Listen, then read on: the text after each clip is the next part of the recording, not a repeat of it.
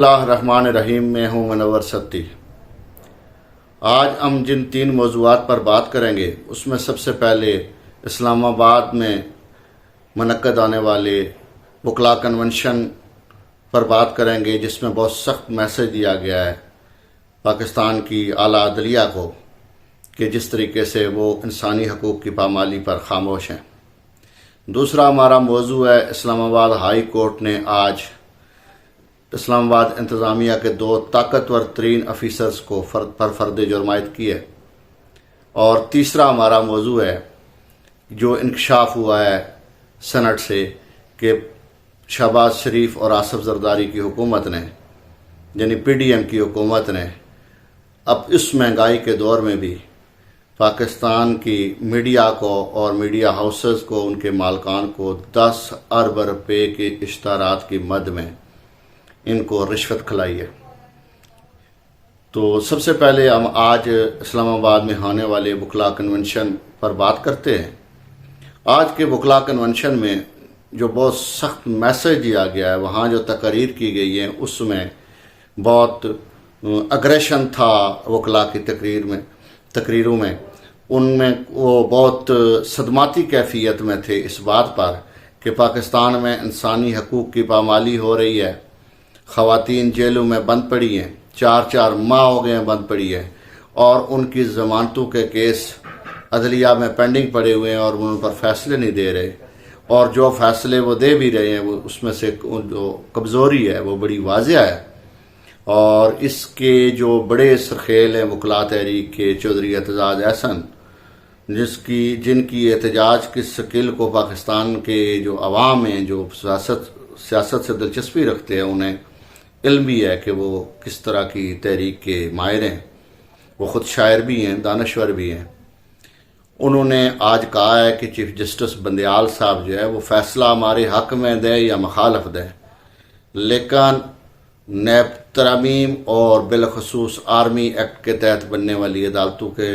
جو فیصلے ہیں، جن پر بحث مکمل ہو چکی ہے اور فیصلے سنے جا چکے ہیں، ان پر ہر صورت میں کوئی اپنا فیصلہ جاری کریں، تاکہ انہوں نے کہا کہ تاکہ اس میں عوام کو جو ہے وہ کوئی اعتماد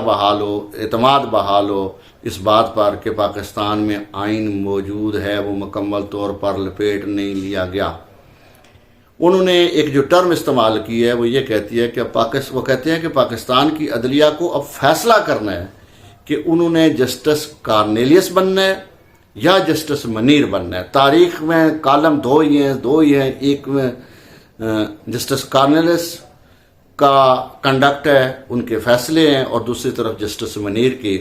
وہ نظریہ ضرورت ہے، وہ رانا پیٹنا ہے، جس میں کمپرومائز ہے۔ اب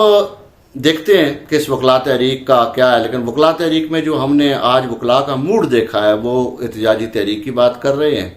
اور یہ تحریک چلانے والا ایک ایسا طبقہ ہے جس کو پھر کچلنا آسان نہیں ہوتا، طاقتور حکمرانوں کے لیے بھی، یہ ہم نے ماضی میں دیکھا۔ اب دوسرا جو آج کا ہمارا موضوع ہے وہ ہے اسلام آباد ہائی کورٹ کے جسٹس بابر ستار نے اسلام آباد کے ڈپٹی کمشنر اور پولیس کے senior officers S P operation کے خلاف فرد جرم عائد کر دی۔ جب شہریار افریدی اور علی محمد خان کو بار بار گرفتار کیا جاتا تھا، عدالتیں لوگوں کو چھوڑتی تھی، اور ڈپٹی کمشنر جو ہے وہ 3 MPO کے تحت دوبارہ گرفتاری کا حکم جاری کروا دیتے تھے۔ تو آج اس سلسلے میں ان پر فرد جرم عائد کرتے ہوئے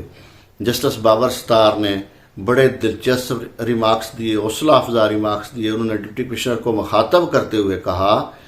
کہ اس کی زیادہ سے زیادہ سزا جو ہے وہ 6 ماہ ہے، اور میں چاہتا ہوں، اور آپ اگر جیل میں جائیں گے تو آپ کو اندازہ ہو جائے گا کہ آپ جس آسانی کے ساتھ ایک نوٹیفیکیشن جاری کر کے لوگوں میں جیل بھیج دیا کرتے تھے، جیل ہوتی کیا ہے۔ اور یہ بڑا مناسب ریمارکس ہیں، اور میں سمجھتا ہوں کہ یہ شتر بے مہار جو پاکستان کی بیوروکریسی ہے، جس کو جو انسانی حقوق کو تو کچھ سمجھتی ہی نہیں ہے، ان کے لیے شاید یہ وارننگ بھی ہے اور ایک سبق بھی ہے کہ آپ انسانوں کو انسان سمجھیں۔ یہ پاکستان ہے، یہ ملک ہے، یہ ریاست ہے، اور اس میں بسنے والے عوام اس کے برابر کے مالک ہیں۔ تیسرا جو ہمارا آج کا موضوع ہے وہ پاکستان کے سینٹ آف پاکستان سے ایک رپورٹ سامنے آئی ہے کہ جس میں بتایا گیا ہے کہ پی ڈی ایم کی جو سابقہ حکومت ہے جو صرف 1.5 سال رہی ہے، جن کی اپنی کارکردگی کا یہ عالم تھا کہ شہباز شریف کہتا تھا میں کپڑے بیچ کے لوگوں کو روٹی دوں گا، اور اس کے وزراء ٹی وی سکرینوں پر بیٹھ کے کہا کرتے تھے کہ ہمارے پاس زہر کھانے کے پیسے نہیں ہیں۔ انہوں نے 10 ارب روپے کا